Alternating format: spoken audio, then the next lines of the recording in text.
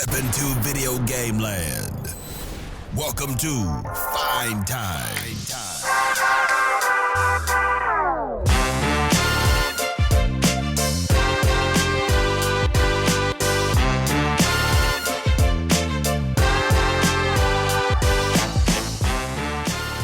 Hello, party people. It's your boy Dre. Also, it's my boy Steve. It is not my boy Kevin, because he is not here. It is another all-American edition of The Big Deal.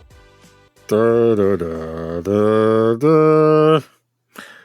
Are we allowed to do that? Is that copyright stricken, the Star Spangled Banner? Why would our national anthem be restricted by copyright? Would you be surprised if some rich prick like Peter Thiel got the rights to the Star Spangled Banner or something like that? Would you? Because I wouldn't be. Given we live in a time where Happy Birthday wasn't in the public domain till a few years ago, I wouldn't be surprised, no. It's finally in the public domain? Yes. Wow, Jesus Christ. They finally went up to Sony and said, nah, and yeah. I didn't know that. Okay. Because pretty much our whole lives, it was not in the public domain, yeah. Did you know, I read up on that recently, did you know it was like originally Good Morning to You? Yep. Not Happy Birthday to You, which is weird. I can hear it though. Good morning to you. Oh, I can actually sing it now. I don't have to be scared. So sorry, we are Kevinless today. If you can't tell, we're just gonna do our thing. We're gonna talk about what we've been playing. We do have some meaty big questions. I can't wait to get to those. And a little wrap up, a little circle back to something Steve talked about last fall. So I guess I'll begin. I want to talk about Gungrave G.O.R.E. Should I pronounce the periods? Is it Gungrave G.O.R.E? Should I just say Gungrave G.O.R.E? While I will let you say Gungrave G.O.R.E, I am going to ask you what the abbreviation is for. Have no idea. That's been staring at me at the notes all week, and okay. I don't know. I think it's just stylized that way. If it stood for something, I missed it in some cutscene. I think it's just whatever. Why would you stylize an acronym? Never mind. Yeah, I mean, like, I don't know. REM doesn't stand for anything, right? So I thought it did. Never mind. No, it doesn't. I mean, like, does REO Speedwagon? Well, I don't think that's periods, right? It's just REO Speedwagon. Yeah, I think that is just REO Speedwagon. Yeah. So I'm a Gungrave fanboy from way back in the day. I loved that original PS2 game from 2002 so much. Holy shit. Gungrave Overdose was cool too, but the resulting anime from all this is, Steve, maybe my favorite 26 episode series of all time. Straight up. It's that good to me. It is the absolute best. So a revival of this property was very cool news to me, and I finally gotten around to playing Gungrave G.O.R.E, which came out in November 2022, but via the power of PlayStation Plus Royale with Cheese, it is now free with subscription, so here I am playing it. So before I even started the game, I noticed several things that I found interesting, okay? So, number one, even though the Red Entertainment logo still exists at the beginning here, this is made by a Korean studio. And it's like kind of Korean first, like the default language, even in the credits and stuff, it lists like Korean, then Japanese and English, you know? Like it's very much a Korean production, which is interesting. And so when I loaded into the title screen, the game notified me that cell shaded mode had now been added. Okay, this is weird because cell shading was a big part of the original game's look. I don't know if you've ever seen the original PS2 game, but you can imagine, like, that's Gungrave. You got to look like that. I can't imagine this game not having that. The original game had an anime look even before there was a Gungrave anime, even though I'm sure the anime was planned from the start. It's just that, why was such a defining feature not there from the beginning? That just doesn't make any sense to me. Because it doesn't look realistic. Well, it's fucking Gungrave. Everything's gotta look gritty and realistic. No colors. Only grays. Gungraves. Gungraves. Gunmetal Grays. I thought we got over that in like 2010 or something. I guess not. We did. That's why they patched it back in. Well, I mean, this causes a mismatch, though. Obviously, I turned on the cell shading thing, and the in-game cutscenes are pre-rendered. So the cutscenes look one way, the in-game graphics look another way, especially if you have the filter on. Even if you don't, it's a little bit of a mismatch. Now, that was a thing that happened in the 2000s. You often didn't have the same people working on the CG and like the game art, so you tried to match them as close as you could. But what's a game where it really stood out to me? Have you ever played Code Veronica? The CG and the character models look so fucking different. Yeah. Here's Steve. I haven't heard this in I don't know how long, but I swear to God, this happens. The title screen song, it fades out and it restarts again like it's a fucking red booked CD-ROM game of the 90s. I have never heard a modern game do this. You sure that no one rooted around their desk drawer from 2008 and found this? What, found a completed Gungrave game that they just didn't release until now? Because everything you're saying is all shit that we tried in 2008, I feel like. Yeah, I mean, you're right. And it kind of, look, if this were a 360 follow-up to Gungrave, yeah, I mean, I would not be surprised. This is exactly what it would be. It probably wouldn't be 60 frames a second like this is, and I would have cried, but, Everything you're saying, even the part without cell shading is we don't need this stupid cell shading. It's 2008. Yeah, you're right. I mean, sure, they improved the frames for today, but everything else you're saying is almost a game from another time. You are absolutely correct, which is kind of a good thing. It's kind of what you want. You don't want Gungrave to be modernized, if you will, or at least not too much. So I guess that's a good inroad to the game, because for me, again, I was such a big fan back in the day. So the question is, how does a return to Gungrave feel after all these years? How does the game fare? And on the surface, it's pretty good. They understood the feel and the tone. The levels look big, but are actually pretty linear. There's not a lot of space to explore, nor should there be.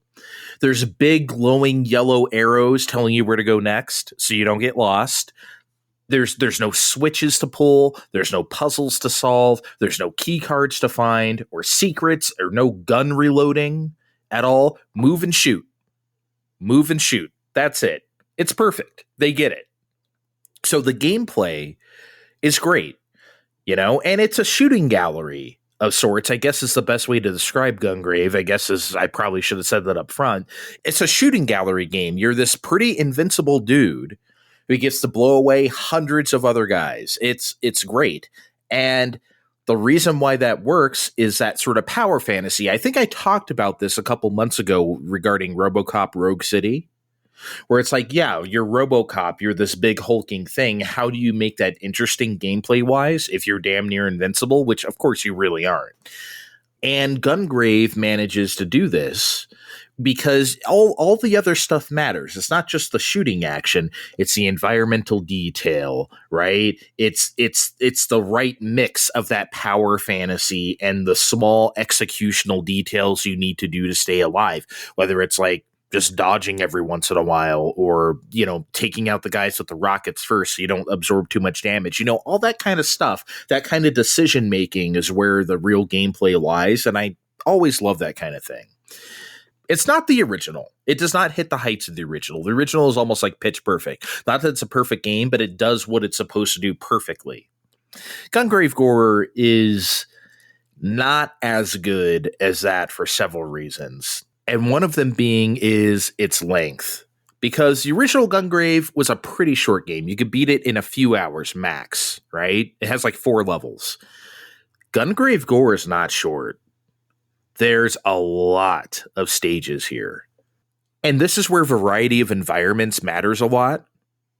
Because, look, you don't need variety if your game is short, right? But if it's not short, you need that, especially if you're shooting gallery. RoboCop Rogue City has that. Gungrave G.O.R.E doesn't really have that. Like there's like the first 14 stages or so are like, you know, a bunch of warehouses and labs and stuff that all kind of look the same. And just when you're getting pretty sick of that, you're on a train. Oh, cool. It's a train level, but that lasts like one level. And then you get dropped into like what looks like a Vietnam jungle, or it may very well be Vietnam. And it's like, okay, that's a different look than the cyberpunky neon city I was just in. But then it just keeps going from there, Steve. And it's like, I'm trying to think of an analogy. Imagine if Star Fox were like 20 levels long. Wouldn't you be like, oh man, I just can't do this anymore? That'd be annoying. I'm just more hanging on to your shooting gallery comment, because when I think shooting galleries, I think light guns. And is it like that? No, right? I mean, you do have a little bit of that. You do have like, oh, there's guys on the balcony you got to watch for because they're shooting rockets at you. There's guys. You do get a little bit of that like Virtua copy kind of like feel, if you will. I guess my real question is, how does that sort of feel with the DualSense? It feels fine. I mean, it doesn't. Okay, it's not like a light gun game where you have like a cursor on, or like a Cabal shooter or something. For those who don't know what Cabal is, another example might be something like Wild Arms, or even Sin and Punishment. If you want to consider that a Cabal shooter, I don't really consider it one. But something where you have the cursor on the screen that moves independently from your character, I guess, is the best way to describe it. Gungrave is not like that. It is a third-person shooter, and you do move your character around in 3D space. You do have freedom of camera and all that stuff, so it's not like just shoot all the guys. You do have to be aware of Gungrave's actual being. His name is Beyond the Grave, but I just call him Gungrave because I don't really care. I was going to say that's a better name. I guess I should also play the game, but that's the kind of show we are, where we don't play the same games all the time. Yeah, oops. Well, I mean, we might in the future. We might next time. Don't tell all the people. Oh, I just told them. Anyway, that's the big problem with the game. It's too many stages. It's just too many. And that really wore out its welcome, unfortunately. Yeah, so you would not Gungrave again.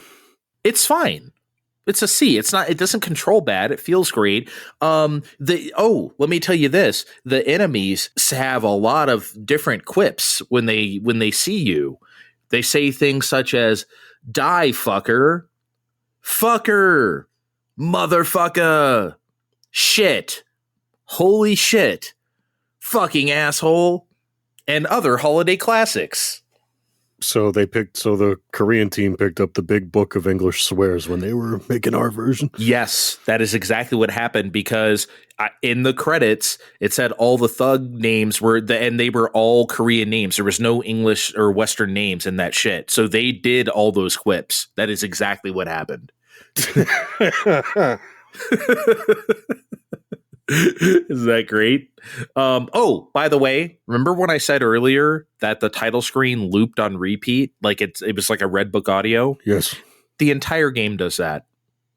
Every single track in the game loops like a CD. It fades out and then it starts over again. Steve, I swear to God, I have not heard it. You rarely even heard this on PlayStation, because that by that time we started using like MIDI sequencing was good enough where you didn't have to Red Book like everything. You know, you barely even heard it then, let alone today. It was an aesthetic musical choice. They did that on purpose to echo back to a time when you had to do that. I don't know, Andre. Yeah, but it was 2002. We definitely didn't do that in PS2 era at all.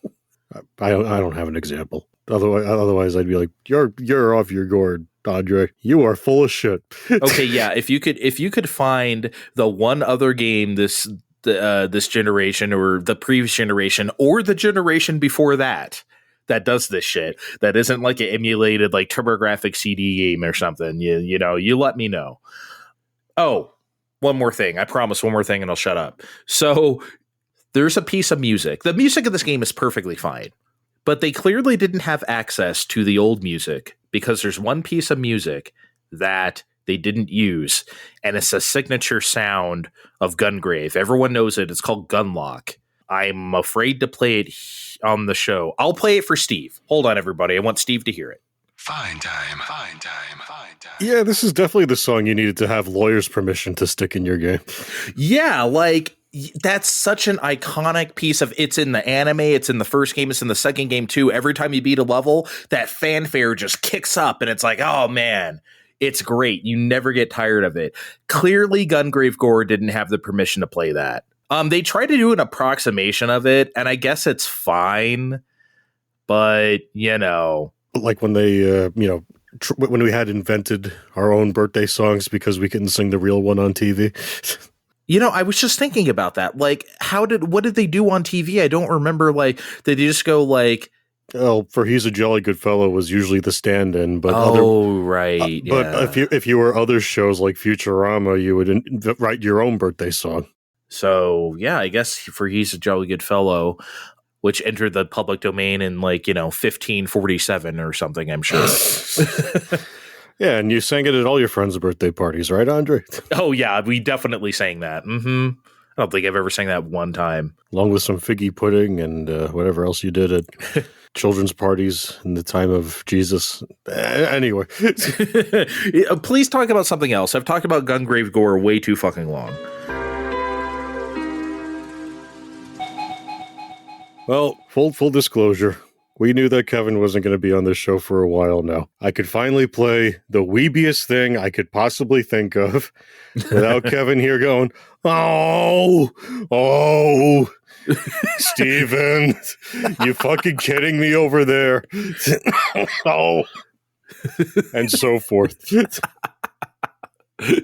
He's doing it right now.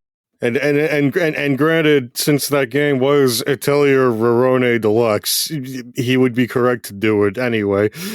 I won them in a giveaway. You know those things where you click retweet and they sometimes give you shit? Well, I somehow lucked into 3 of these in that. That's how you got these. Because these are expensive when you try to buy them separately. Even one on its own is like $70 on without a sale of some kind. That can't be right. $70 per Atelier game?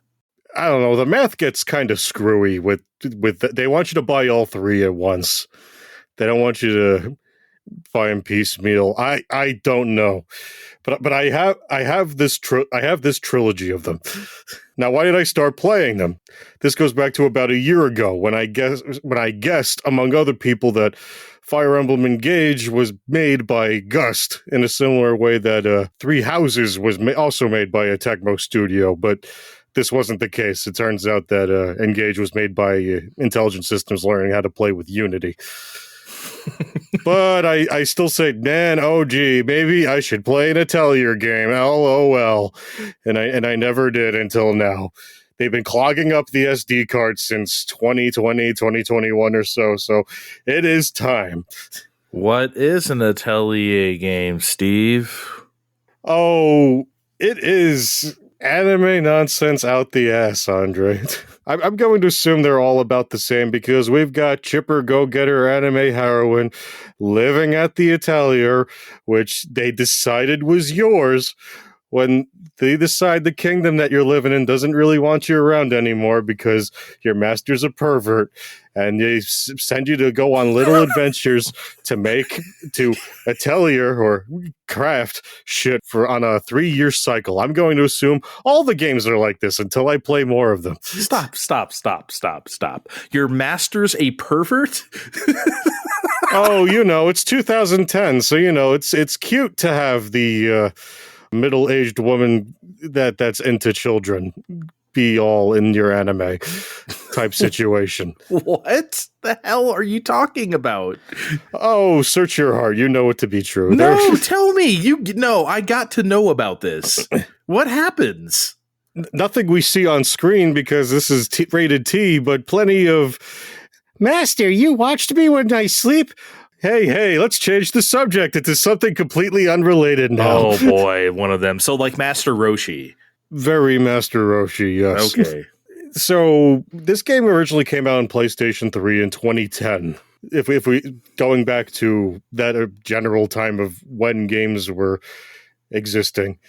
It's funny because you have that weird thing games did at the time where you look at the screen funny or you open a door wrong and a cutscene triggers where they start talking about shit, and it mostly is shit like, oh boy, Rorona, it should be good to get crafts before the next quota. I don't know. But when you get rid of all of that shit, what do? You have to meet quotas for the kingdom on a set number of game days for 3 game years. And you do this by visiting dungeons of nominal difficulty, gathering ingredients, and returning to town when you're wounded and or stuffed with inventory. And then you finally get to do alchemy shit. But thank goodness, because moving from spot to spot in dungeon and doing alchemy itself wastes valuable days. So thank God we don't have to accidentally go, well, I'm just going to keep throwing shit at the wall and hoping that makes alchemy. No, thankfully you follow actual recipes that you learn over the course of the game or buy from shops or whatever.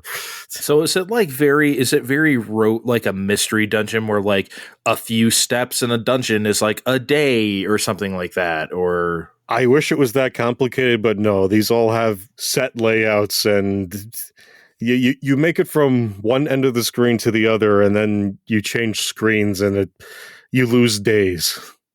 Okay. And then once you reach the end of days for the period, you end of days. Yeah, end of days. You reach the end of days, and then you got to report back to the knight, and he's all, "Let's go over what you learned. Yes, you did make 5,000 bars of soap. That's great. You get to keep playing the game." Okay. So what happens if you fail? Is it just like you get a shitty ending or something? I guess you didn't. I haven't failed yet because you couldn't. I couldn't. Despite the grim picture they paint for you at the beginning, like, oh my God, they're going to shut the whole thing down if you don't meet these quotas. The quotas themselves are pretty easy to meet. And once you like make some shit and turn it in, he'll be like, yes, this will do. And then he stamps your bingo card. And yes, they give you a weird bingo card to encourage you to keep playing past your quota meeting. And I'm like, okay, fine. We will fill the bingo card. This is like fucking going the subway now in the 90s. Get your 10th bushel of corn free with purchase of 9 or something. Pretty much.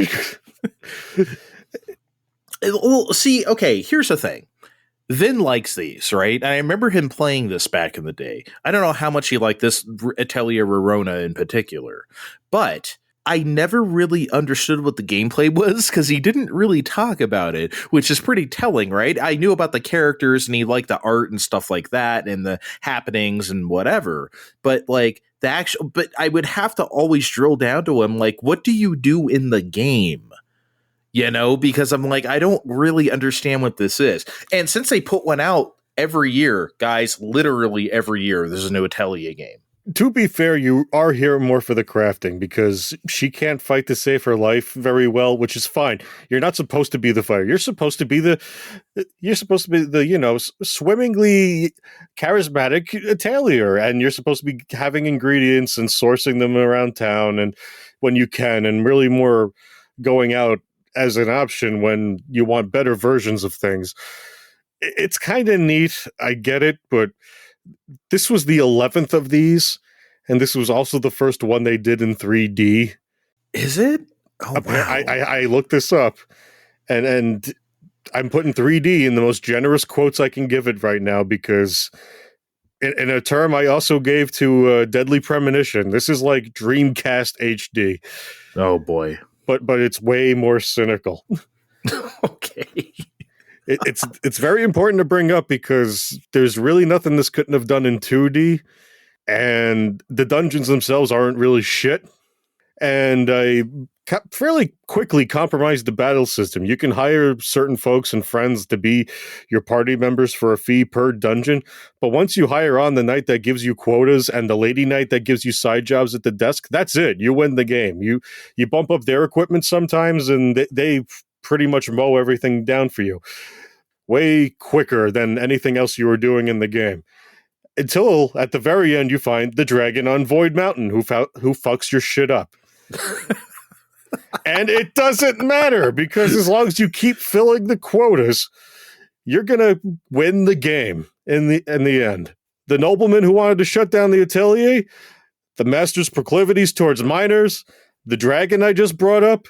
None of the shit matters. You did what you were supposed to. You filled quotas. You were the Atelier. You made everybody a lot of fucking soap. Roll the credits. I'm not kidding. The game is over after the 3 years are up. It's almost refreshing, if not jarring. It almost feels like I'm missing a lot in the same way. And if you're going to sit there at home tell me, oh, I'm actually supposed to have learned from this playthrough to do things in another playthrough, one, this is a pre-recorded podcast, and no, we knew better than this in 2010 because there's 2 other Atelier games I got in this trilogy that I gotta play at some time when I need to yell at you people. Are you sure you want to play them? I mean, like, I guess you may as well at this rate. No, this is very much, oh no, I'm in too deep now. And I didn't hate this. I mean, it sure doesn't sound like you like it, though. I didn't love it, but I didn't hate it. There are games I hated on this show. We know what those are. This was perfectly fine. I mean, I don't know, man. I mean, I think the GameCube could have ran this. I don't know why this was only on PS3 until now. Well, here's the thing. Here's what they do. Throughout the PS4 era, I think they were still largely on PS3 because look at them. So I think what they do is that they just make a game uncapped, and whatever it runs like is whatever it runs like. So on PS3, they just make the game. If it runs shittily at 45 to 60 frames a second, fine. On PS4, if it's 60, fine. On Switch, if it like runs like shit, fine. How did it run, by the way? I mean, it didn't run great, but I don't think it was ever really supposed to because... Was it 60? Not in later parts of the game, no. When there's the dragon on Void Mountain, it was having a hard time. Oh boy. Okay. Yeah. So I think they just kind of do what they do and let the chips fall where they may with the hardware. So like, yeah, I'm not surprised. It looks kind of GameCube-y, kind of Friends of Mineral Towny. I mean, it's fine. I get why everyone else likes them, but every single year, you guys. Every fucking year, man. Here they are. More Atelier. All right. That's enough of us yammering about games. Big questions in a second. Fine time.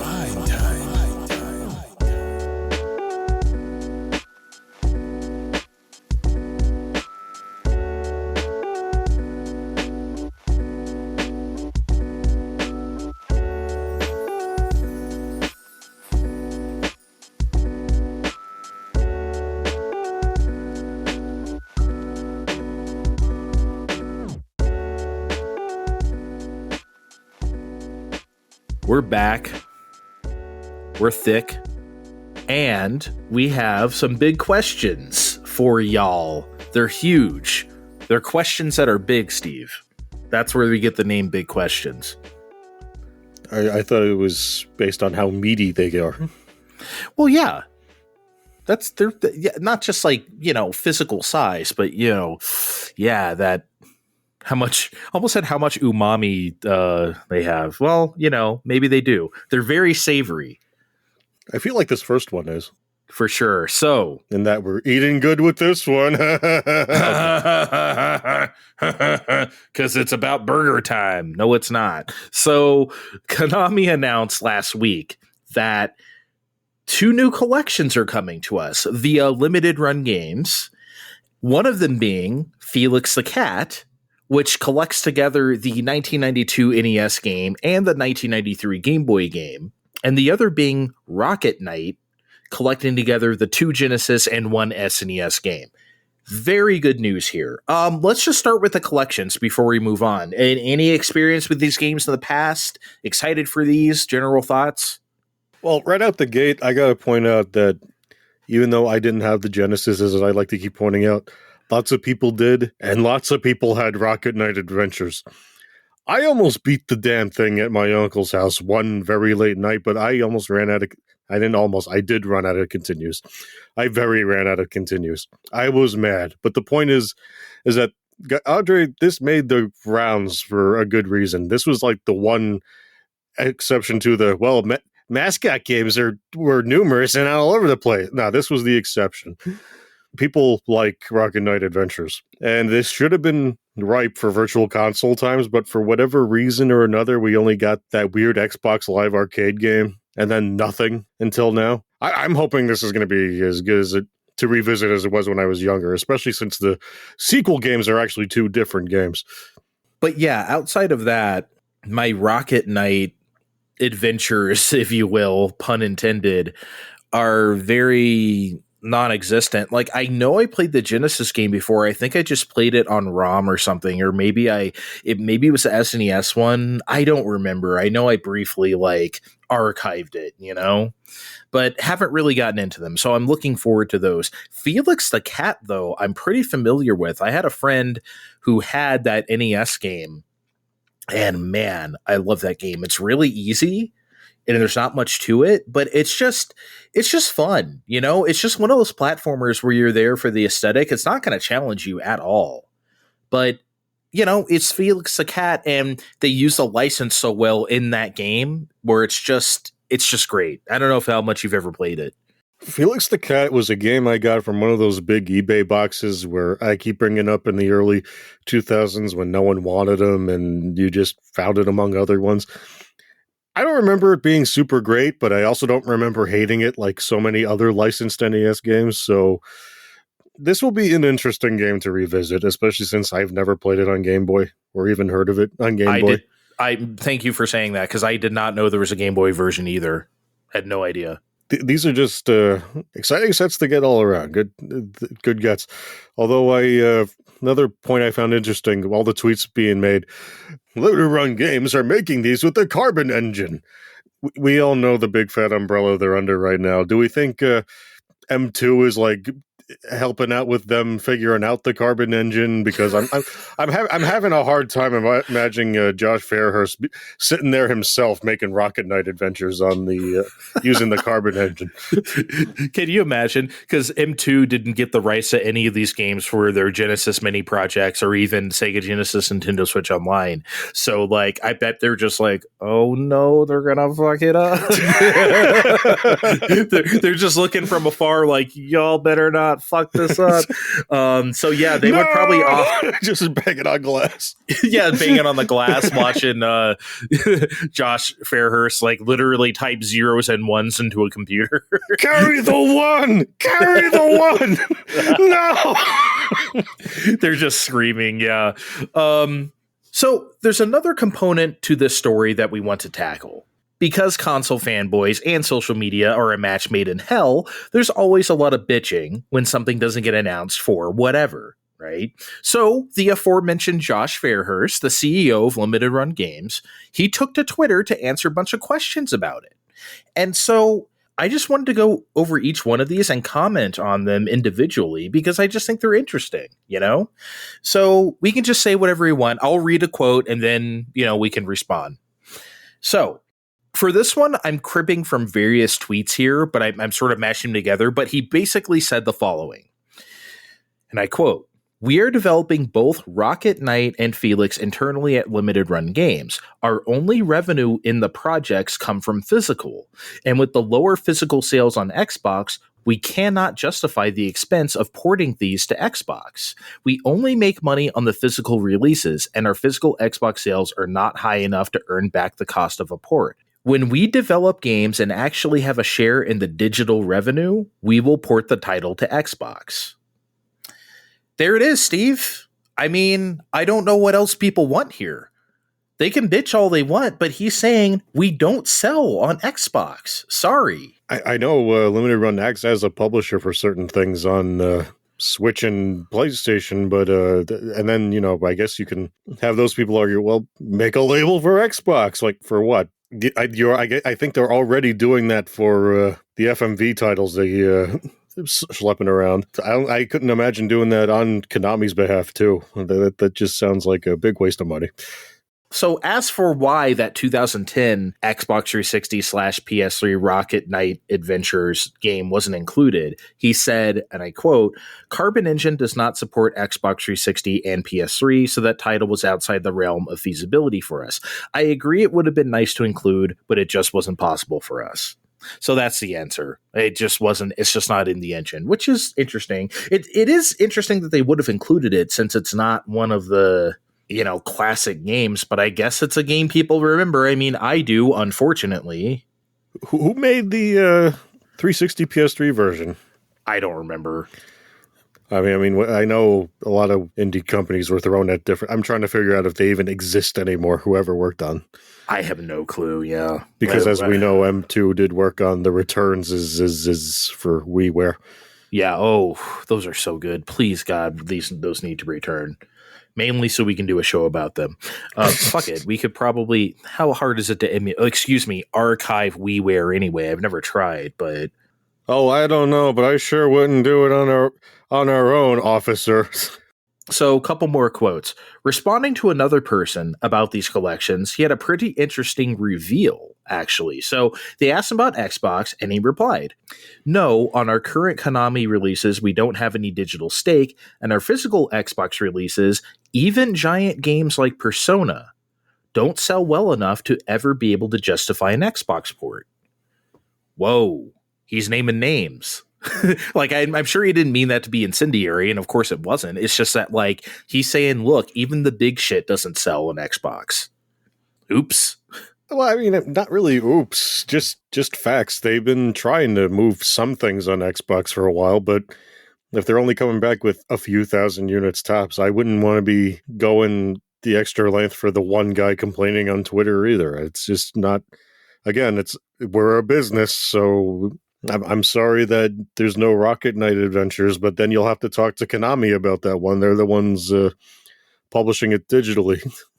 Yeah, if they want to put it there digitally, which they clearly don't, then, they're not gonna. So one more quote I wanted to read because, again, I think it's interesting. So responding to someone about why there can't just be digital on Xbox and not physical, Josh Fairhurst said this, quote, "If we could count on selling 5,000 plus of a title physically on Xbox, we could justify the ports without a digital stake. But we only sell those kinds of numbers on PlayStation and Switch. Unfortunately, the vast majority of Xbox gamers are digital first." 5,000. That's all. He doesn't think they can sell 5,000 Rocket Knights or Felix the Cats. On Xbox, no. On Xbox. So, like, and the reason why I'm doing this is because you always see this, especially with Japanese companies and games. There's always tons of people, Steve. We see it all the time on social media. What about Xbox? Why is it on Xbox? Blah, blah, blah, blah, blah. Over and over again. All right, guys, you got your answer. They don't sell. And I've tried, and I try not to get into that bullshit on Twitter, especially with strangers, but I have said a couple times to these people, hey guys, you ever think that maybe these just don't sell on there? No, because this and this and this. Okay, guys, sure. Well, we have our answer now. They don't sell. Not even Persona. Not even 5,000 copies. Okay, so that's it. I know this won't shut them up, but... The 5,000 sounds terribly small. Again, I'm not the one running the company. And if that's not a number they were meeting on other things, then I'm not saying buy a real video game console, but, maybe buy a real video game console if the Rocket Knight collection was something you wanted to play. It amazes me that people will buy an Xbox and be like, where's Rocket Knight? Why would you ever think that would be the console for that? Why would you buy an American console for Japanese games? It just doesn't make any sense. I'm sorry. I understand this is the console you bought, but not everything's going to be on there just because you want it. Like, it drives me insane. So I'm glad Josh Fairhurst said this stuff because it's really enlightening. It's like, guys, they don't sell. They don't sell. So hey, real quick, let's not have this be a total browbeat of the Xbox fan base. All 5 of them. Ooh. Anyway. Ooh, slammer. But yeah, they did say one more collection is waiting in the wings, and it's going to be shown at one of IGN's FanFest things next month. Do we want to take a quick whack at what that might be? Limited Run has another Konami Hudson collection being Konami made. Hudson Taito. No, they said it was under the Konami thing. Adventure Island? Ooh. I don't know. That's a good guess. I'd be down for that. The 3 NES games and the 2 SNES games, especially TurboGrafx 16, New Adventure Island, of course. That's a good collection of 6, right?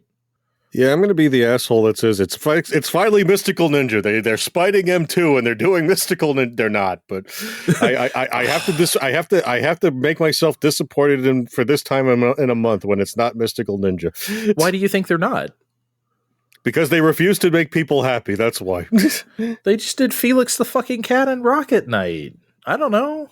Yeah, I guess you're right. And then there's that other not Goemon game that just came out, and I forget the name of. Is that arcade Goemon game related to like the later Goemon? Do you know what I'm talking about? Have you seen it on Arcade Archives? Because I played Mr. it. Goemon? Yeah. I think it's tangentially related. Okay, because I don't recognize, because I haven't played like the SNES games or N64 ones, so I don't really know all the characters that well. So I don't, he just whacks people with his tobacco pipe, which is just a great concept for a game, honestly. I mean, that is his main weapon, the pipe. So, oh, perfect. Okay, well then, yeah, maybe it is. I don't know. Maybe that is a distant precursor. I think you're making the money-winning bet there. Adventure Island. That sounds more slapped togetherable.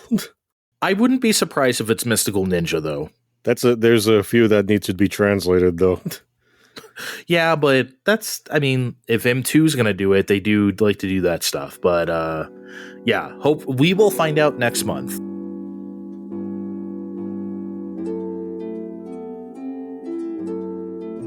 Hey, Andre, guess what? What? The GameShark is back as the AI shark. Oh, boy.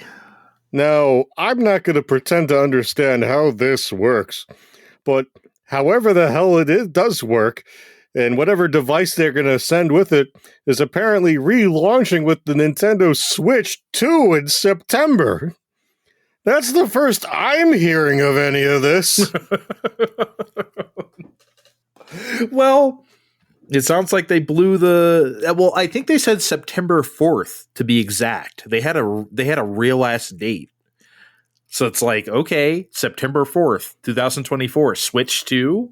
Real talk, though, we've been itching for this successor news for a while now, and we know how Nintendo's been running their news years since the Switch release. Do we believe a September release for a whole-ass console? Does Nintendo believe in themselves enough to have lightning strike twice, or do we have to look at Jeff's replacement for information beforehand? I do believe the September. It sounds correct. Not just because I believe every Nintendo rumor, which I do, which has been very proven on the show, because, 9 out of 10 times you're right. Unless it's Star Fox Grand Prix for some reason. But, well, that game exists. Oh, it existed. I totally believe it existed. Just because it didn't come out doesn't mean it didn't exist, kids. I still believe. Didn't Kevin joke that he's going to write on my tombstone, Star Fox Grand Prix was real at some point? Something like that, yeah. I'll carry that torch to the end. But no, Nintendo has been known to buck release trends. They obviously did it with Switch, releasing it in March, right? They played the November game for a while, like all the rest. They did, GameCube, Wii U. Those were Novembers, right? But more often than not, throughout their history, they've done whatever the fuck they felt like. Like SNES was famously August, or at least famous to me because I remember it. GBA was what, June? Mm-hmm. Those were different times, but late summer slot, like early September 4th to be exact, for Switch 2, I don't know. Seems about correct to me, Steve. Maybe it's because I'm itchy I keep saying itchy. Maybe I get to just wash myself for the Switch Next, Super Switch, Super Duper Switch 2. Can we please just say Switch 2? I really don't want it to be called Super Switch. It's the worst. But I almost sort of see the roadmap to how we get there. I think we're going to get one more February Direct, where the last one where it's just Switch games. And those will all finally mostly get dates. that are in 2024, and it'll either be in the direct or in a tweet following it, like, hey, news is coming, sit tight. And then we do in like April or May when we finally do get to see it in the video with a manner of Switch 2 showcase in June. I don't know whether that will be like in Japan like the first one, or whether Jeff's going to play with it, though. That I don't know, but we're going to see all kinds of things being made for it on the ladder. We will not be able to escape the Switch 2 news until we finally get to put in pre-orders for a fall release, although somehow see November more than September. Okay. I mean, either way, I think they got to start some manner of hype cycle soon, because they can't do what they did with Switch twice. I think they need to do some manner of selling to us. I mean, DS was also in November, but nobody really cared when it came out. So, I mean, I guess that's kind of different, but it had to build its reputation. But I do remember getting one November 2004. I think you're right about this February Direct. I think they need to tease, because what they like to do, if you notice, with anything big, whether it's a console or even just like a big game, like think about that original October 2016 tease, and then we found out everything in January. We had to wait like 3 months, right? I think this would be perfect if they teased in February, let everyone speculate for a few months, and then show us more later, May or June. That's perfect. They did that with Smash. Remember, they showed a very small tease, a CGI trailer tease at the end of a direct early in the year, and then we had to wait till E3 for the blowout. Mm-hmm. They like to do that. And again, with that October 2016 teaser, it wasn't just the console. It was like we saw 6 seconds of Mario Odyssey. Remember, we saw some other shit that was like, wait, are they playing Mario Kart 8? You know, we saw a lot of stuff. They're not just going to, like, here's the silhouette of the console like it's a fucking break in Pokemon. Which Pokemon is this? It's Switch 2. Like, when you come back, that's not going to happen. They're going to show us more than that, I think. Okay, before we move on, you want to lock it in? September 4th. Do we, yes or no? Is that it? Or are you going November? Because I'm going to lock it in. I'm going to say GameShark is right all along. September 4th it's coming out. Nintendo could just move it to September 6th just to be spiteful, right? Like, I mean, I'm not putting that past them. What day is September 4th? Is that a Friday? Hold, please. Fine time. It's a Wednesday. September 4th is a Wednesday. I buy September 6th. Okay, because it's a Friday? Okay. That's when they've been doing it. So, one more big question we got. There's been a lot of chatter about Microsoft lately, about them releasing games on other systems via a couple different news stories that happened. So, first of all, Hi-Fi Rush was rated by an Australian ratings board for Switch and PS5.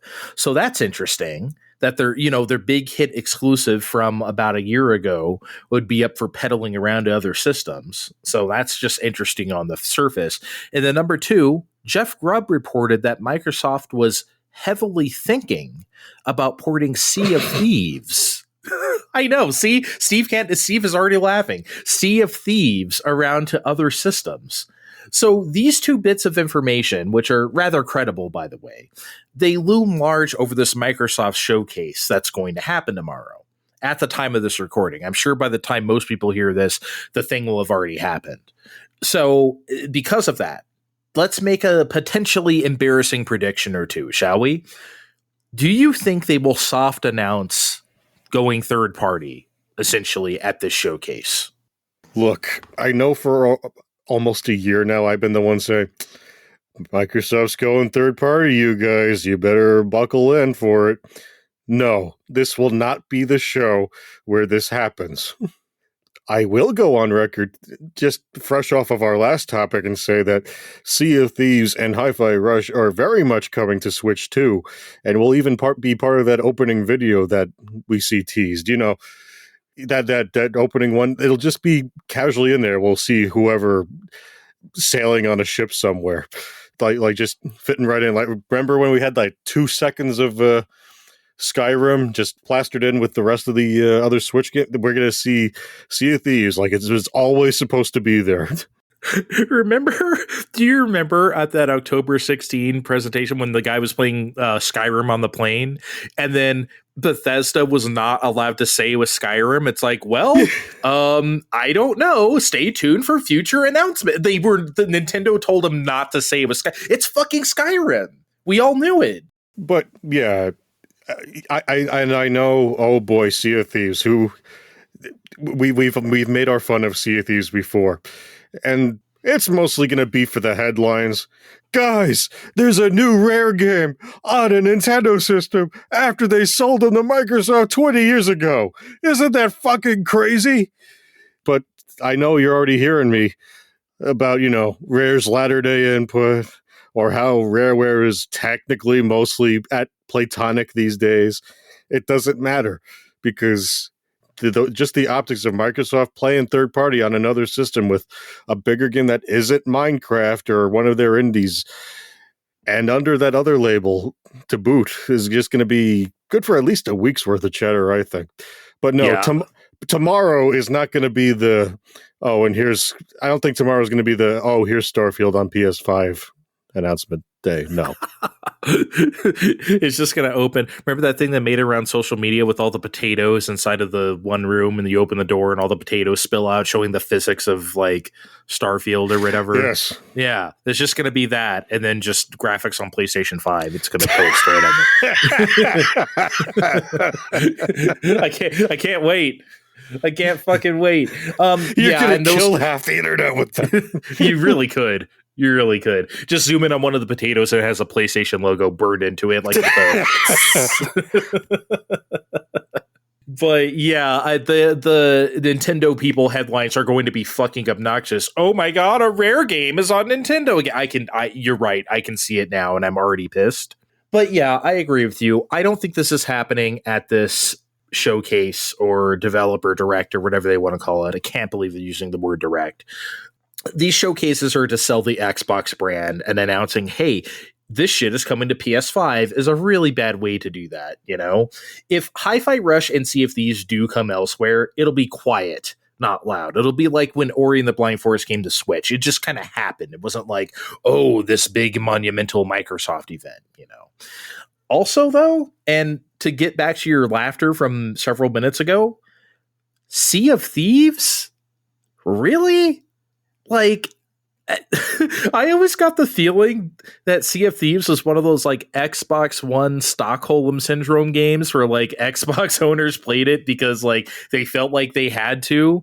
Oh, here's this hot new exclusive by Rare for a system. I guess I feel obligated. Like, I'm not saying people don't like Sea of Thieves. I'm not saying that, or it's not good or anything. I've never played it. I'm just saying that, like, come on. Is like a very last gen game going to really be the shit on PS5 from like 2018 or whenever that came out? I don't think people are going to care. I think Microsoft is doing it. I just don't think anyone's going to care. It looks interesting, and I'd probably, get it on a sale, but you're right. It's not. No one's going to be, astounded by Sea of Thieves in 2024. Yeah, I'm just not seeing it. Even if they do like a graphical overhaul, which I sincerely doubt they will do, I'm just not feeling it. I'm not particularly interested. I don't really like that art style. Doesn't do it for me. Gameplay just kind of seems, it's fine. I don't know. Well, maybe we can play a Skull and Bones next month if it doesn't get delayed again or whatever. Oh, it's not coming out next month. Let's be real. I don't know. They delayed it a whole year from this time last year. So what's another year? We've been this close to Skull and Bones' release before. Let's for sure. All right. We'll be right back. We're going to talk Turrican't.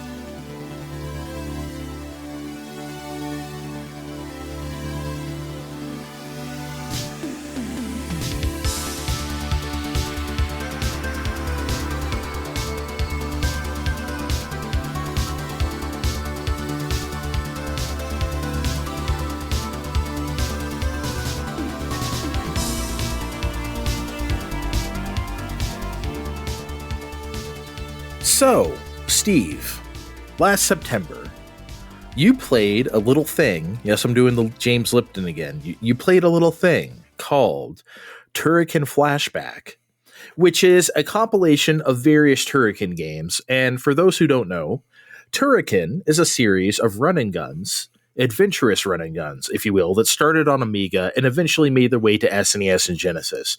Anyway, you didn't like these Turrican't games, like, at all. And you shit on them on the air, and your review of sorts was very humorous. You know, we all laughed. And I enjoyed listening to you dunk on them, as did everyone else. But ever since that episode, something kept sticking in the back of my mind about it, because my friend had Super Turrican't growing up, and I remember enjoying that game. You know, it was tough, right? But I remember having a pretty good time with my admittedly brief playtime of Super Turrican't. So I just kept thinking, was I simply that wrong about Turrican't because I was young? Or is Steve tripping? You know? So I had to know the truth. So I did one better than you. I didn't get Turrican't Flashback. I got both Turrican't Anthology Volume 1 and Volume 2, which has every Turrican't game ever made. Uh-huh. And do you feel proud of yourself? No, I don't. I mean, yeah, kind of. I'm better than you now. I'm better. You need to stick it to me on the screen. You got to sandbag me in front of all our friends here. Yeah. I want them to know that I'm better than you at Turrican't. Well, I mean, I didn't exactly stick my sword in the ground as a contest to, declare, come best me a Turrican't. Join the Turrican't Pissing Contest. Only available through July 1st, 1995. I think we still have time. Yeah. You feel good about it, though? Yeah. You bought both anthologies for $20 each or however much they wanted? They were on sale for $10.49 each or something like that. So I spent $20 on Turrican't, all the Turricans, right? I can't believe you would spend that much. Oh my fucking God. Wow, that's bad. So I played all the Turrican't. I've been playing a lot of Turrican't, and I came to a conclusion. Steve, you're tripping. These games are kind of great. Andre? Mostly. Sort of. What? Andre? Sort of. Okay. I said sort of. So what I want to do, and I want to dig back to that September episode, pull some of the quotes that you had about the game, and then we can debate them now 4 or 5 months later, because how's that for content?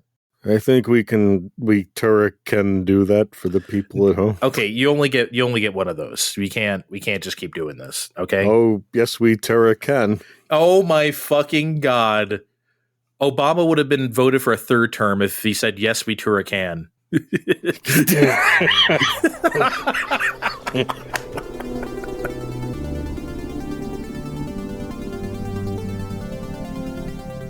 Before we get to that stuff, I want to agree with you first. I want to tell you some things that I thought you were right about, okay? So, the original Turrican't trilogy on Amiga, Turrican't, Turrican't 2, Turrican't 3, it's kind of rough, okay? I'm not saying they're bad, but they're kind of rough. They're not the best anymore, if they ever were.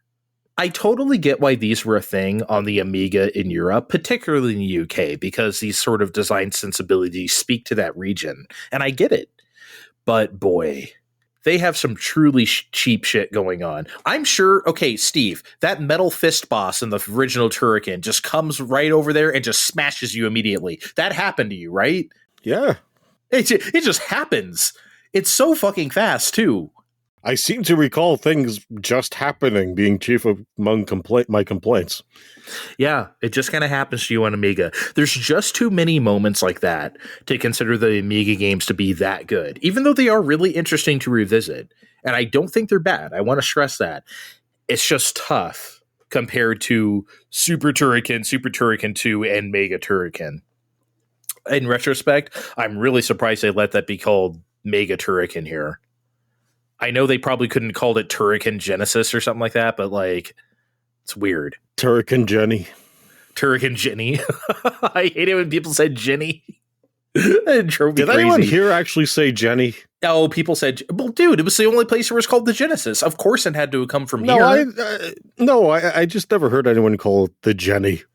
Yo, people called it the Jenny. Especially magazines love to say Jenny. Maybe the UK ones, but no, they called it the Mega. They called it the Maggie. I don't know. So you mentioned Metroid bullshit in passing, but you didn't really get into it, and I don't blame you. One of the things that you can do is just straight up turn into a morph ball. I wish you had spent more time on this because I completely forgot that you could do this. You can really just turn John Q. Turrican into a morph ball. You just kind of zip around really fast, and most of them you automatically drop bombs as you're doing it really rapidly. This doesn't make any sense in the scope of Turrican. I don't like it at all as like an exploration tool because it's like way too hard to platform with it because you move so fucking fast. You can't stop. I guess sometimes, Steve, it's okay as like a dodge mechanic from bosses, but even then, just a slide would have been better, like a Mega Man type slide. I don't understand the morph ball. But there's those little tight passageways too, and you clearly need it for that because Turrican can't crawl. Why can't Turrican crawl? Oh man. Some of the platforming though is really bitchy. I'm gonna give you that. Particularly Super Turrican seems to be like the worst offender sometimes. It has some wildly difficult auto-scrolling sections near the end, especially where you need to make some pixel perfect jumps. Pixel perfect jumping is often an accusation often levied at classic games by people who don't like old games. And most of the time, I think it's bullshit when they say that. But in Super Turrican, it really is true. Like, you better be fucking on it. You better be on the edge of that motherfucker, or you're not making that jump. And the game starts even, Steve. Remember in Super Turrican where you start with like the wind and lightning sequence? The lightning can strike you. I'm not sure how that works, but then the wind too, periodically, where it's like, you better not jump when that wind's going or you just won't make it. Yeah, it's funny you bring up the whole pixel perfect thing because that's my favorite complaint about games like Celeste. Like my favorite complaint to make about games like Celeste and not old games, curiously. I guess I didn't really notice that in Turrican as much because I spent more time playing 1 and 2. My set was 1, 2, Super and Mega. You had more to play around in, but yeah, but I'm talking about Super Turrican. This is the opening sequence of Super Turrican, and that was rough. But I guess that didn't feel as bad as other ones. I don't know. It was like in comparison to other things I didn't care for. Nothing's as bad as Turrican and Turrican 2. Those games don't give a fuck about you.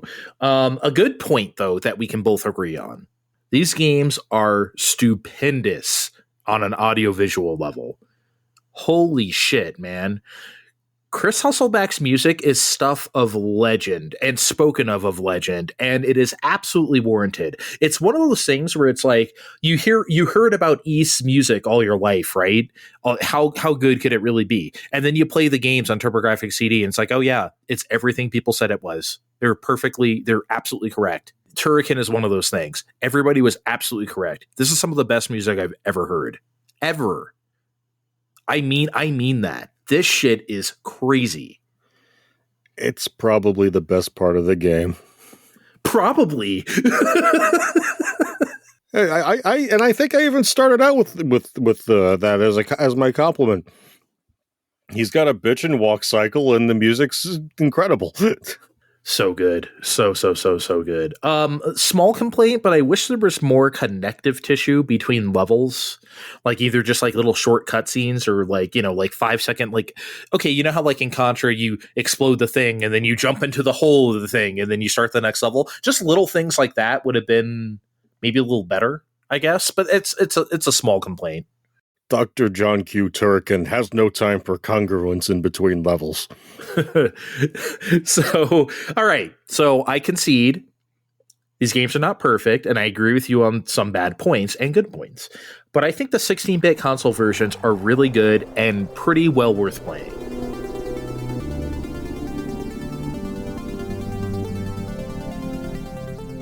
Now I want to address the things that you said about them in that previous episode that I really don't agree with.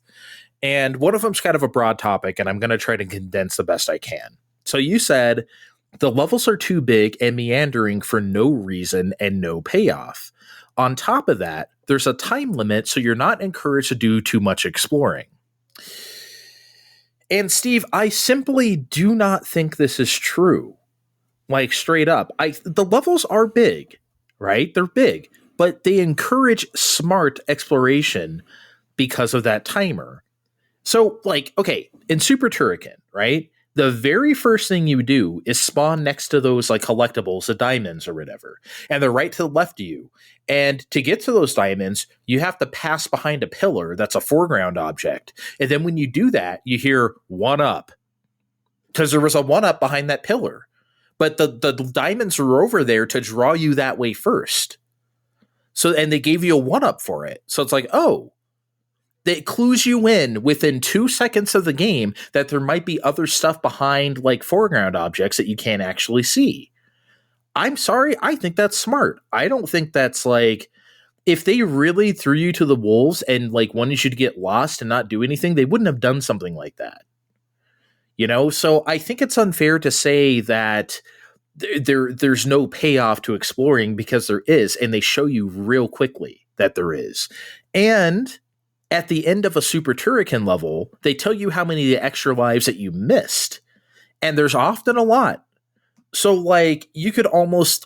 Now, again, I'm going to compare to the best 16-bit action game of all time, and I'm not saying it's as good as Elysia Dragoon, but you know how in that game, it encourages your exploration where it's like, oh, should I go this way? I'm going to go the other way. Or, you know, hey, is this wall anything? Oh, wait, I can go behind this wall. I don't really see that Turrican, especially the 16-bit versions, are much different than that, Steve. Okay, Andre, I just wish you were honest with me from the get-go. I just wish you would come out and say, Steve, I love these big levels that don't go anywhere. You know why? Because you get more time to listen to that music! Because then I'd believe you. I know, I'd be like, I get it. This is Andre. He'd put up with all of this to get some sweet tunes in. I get it. Especially since he had to go all the way to a 16-bit entry in order to come up with a good example of this. But it exists, though. It sort of exists. It does, though. I'm not... Okay, I already said the Amiga games, kind of rough. You can't... There are parts in those games where you can get to a wall and it's like... Okay, there wasn't really anything over here for my efforts. You know, that does happen there. I admit it. But the 16-bit ones, not so much. You really do get rewarded for your exploration. Okay, but would you have put up with so much exploration if they accidentally pasted in the Jelly Boy music and not the Turrican? Fuck no. Yeah. What are you trying to say? That the music matters? It's part of the game? Okay, are you telling me that, like... If Mario Wonder had shitty music, you'd give it the same score? No, you wouldn't. I gave that game I'd probably give it like an 8.5. If it had bad audio, I'd give it a 6. It matters a lot. It's part of the game. Yeah, am I gonna sit here and pretend that, like, I didn't love those sweet tunes and just going around this level? Yeah, of course I did. I'm me. You are correct. But that's not the reason why I liked exploring. It sure as hell helped, though. Okay. That's no further questions, Your Honor. It's clear that I was hoping for a bit more than sweet tunes. You found it eventually by playing more games than I did, and well, okay. Well, you played Super Turrican, though. That's what I'm trying to like. You had that on yours after being browbeat by 3 other ones that weren't very good either. Please. So, okay, I want to address the timer though too. And I should start by saying this. I have never ran out of time in a Turrican game. It's never happened to me. And I've done a lot of dicking around. I don't think it's that big a deal. It just keeps you moving. How often do you really run out of time in a Mario game? Not Mario Wonder, because it doesn't have a time limit. But, like, it's not very often. And if you do, you kind of deserve it. Very rarely are you like, oh, man, I just couldn't get to the end of this level because it was such a, you know, unless it's like specifically a short timer level on purpose where you're supposed to book it. It's like, I don't know, man. I just didn't really think that was like detrimental to me exploring. I don't know. After a while, I didn't feel like I was exploring anything because, especially in the Amiga games again, there were a lot of times where I was just looping through the same bricks of rooms or bricks of things again and again and again. And I don't know if I'm doing something wrong.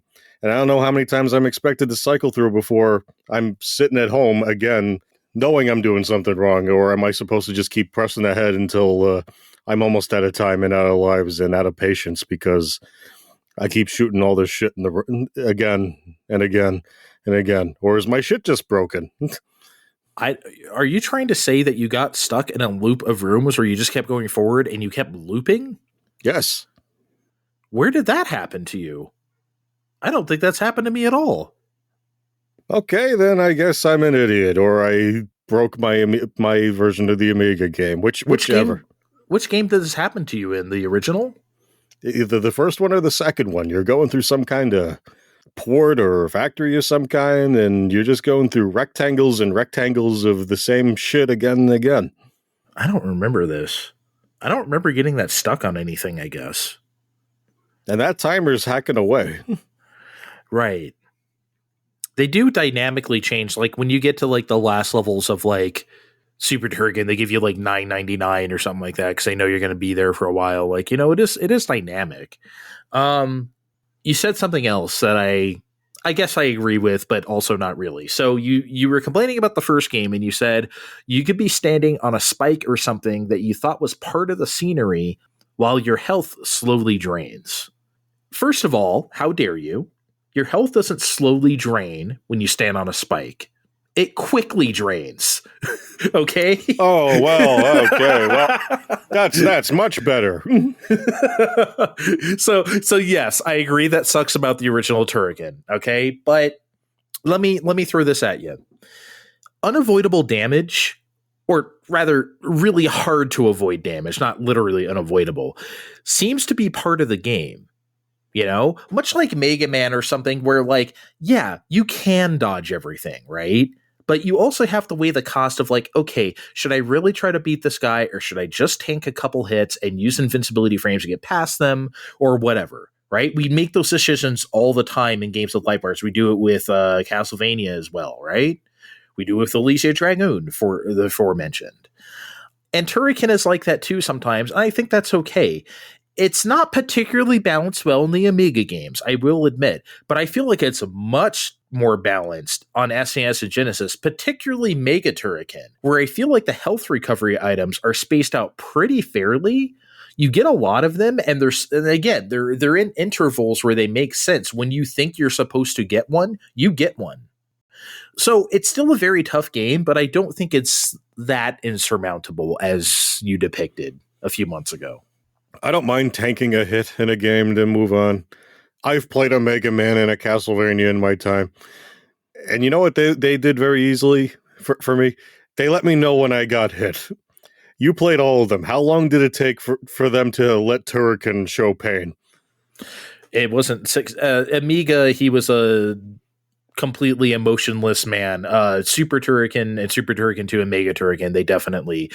You have flashes and iframes and stuff, yeah. It took that long for them to figure it out. Okay, but they figured it out. I mean, like, you didn't think that was fine in Super Turrican and Mega Turrican? It took too long to get there. And I'm going to complain about another game in a few seconds because if we're going to play most of these games by tanking sometimes and not really running gunning too many of the other times, then we're just playing gargoyles with lasers. And at least Turrican brought the tunes. It did. I was going to say, I'm glad you beat me to it. If I'm just going to run away from everything, which I feel like I'm doing in no matter which Turrican game I'm playing, because we have a time limit, whatever. I get it. I don't need to shoot everything, but I don't. What am I really doing if I'm running and looking for the end of the level? And everything doesn't necessarily work by your own admission with the pixel perfect platforming. What are we doing? I think maybe what the conclusion that we're coming to here is that Turrican maybe isn't very run and gun. You are running and gunning. There's obviously elements of it, but like it's also not Mega Man where it's like that perfect like mesh of like platforming and run and gun, which is obviously the allure of Mega Man. It's also not quite like Castlevania or something that's very like what I like to call like kind of stick and move, move when you like, Turrican, you have to keep moving. Like, okay, Castlevania has a time limit as well, but honestly, yeah, I don't know. Maybe Turrican, maybe we need to think of it as an adventure game with a run and gun like motif. I don't know. Maybe we're thinking about this the wrong way. All the bad parts of everything, except the music. Yeah, thank you. Thank you. One more thing before I shut up about Turrican, and, I'll cut you more slack on this. I'm not going to go too ham on this, but even though I do disagree. I don't remember the exact quote, but you didn't seem to be fond of Mega Turrican's grappling hook. And you don't have to really use it that much, is my rebuttal to that. Like, there's only a couple parts in Mega Turrican where it's absolutely required. Like, I know you didn't play it, but Super Turrican 2 also has this grappling hook, and you have to use it a lot more there. You are fucking Bionic Commando and shit in Turrican and Super Turrican 2. Mega Turrican, not really so much, but I think the level designs support it. I understand that you don't like it, though. I get it. For me, though, it wasn't a problem. Then why do you give it to me if I'm not supposed to use it? You can't. It's more optional. Like, there are parts where you're supposed to use it. You have to. But there's other parts where it's like, okay, I could solve this by jumping. I could solve this by grappling hooking. That's not a verb at all. I can solve this by waiting and moving. There's like some options you have. It's just that the grappling hook is just an option. That's all. It's not like, okay, I guess what I'm trying to say is it's not like the morph ball where it's completely fucking useless. Where it's like, there's no need for this to be in the game.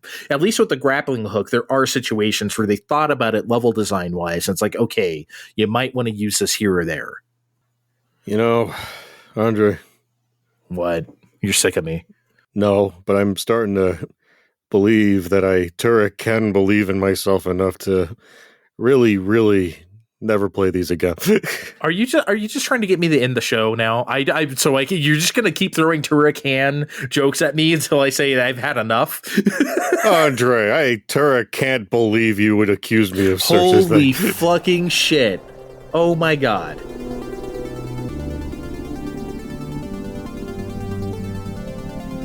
I got one more thing before we go. I want to ask you a quick question. Just only take a couple minutes. I don't even know if you'll have an answer or rebuttal to me.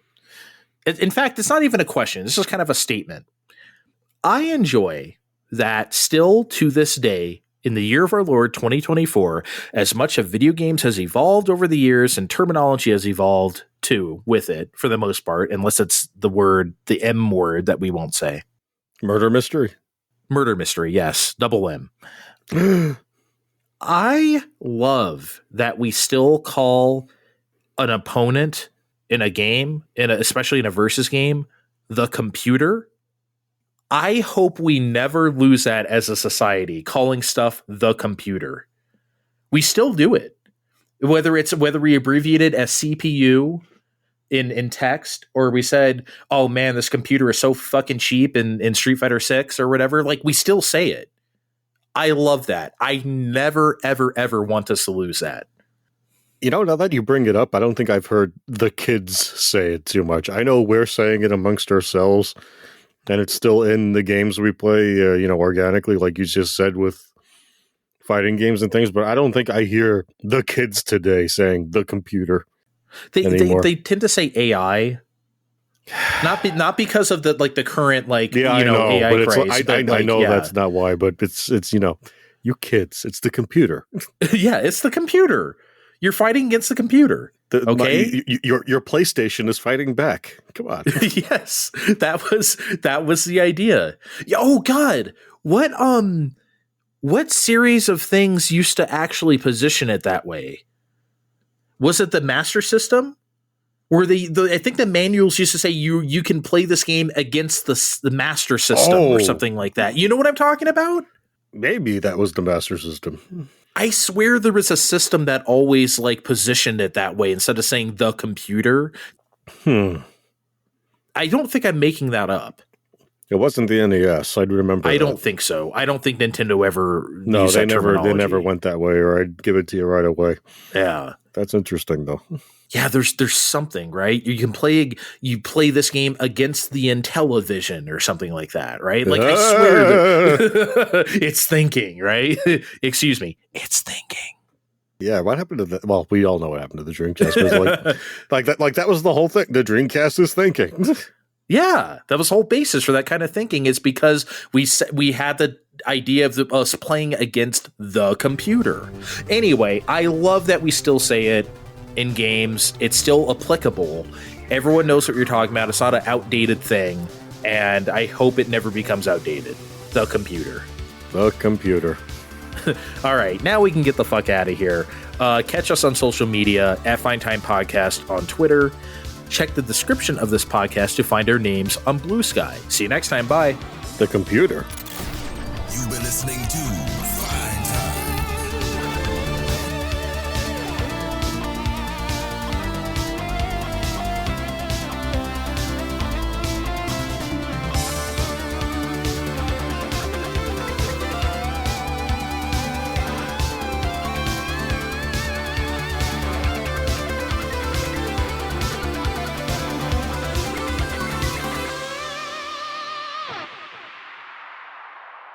One of them being Felix the cat.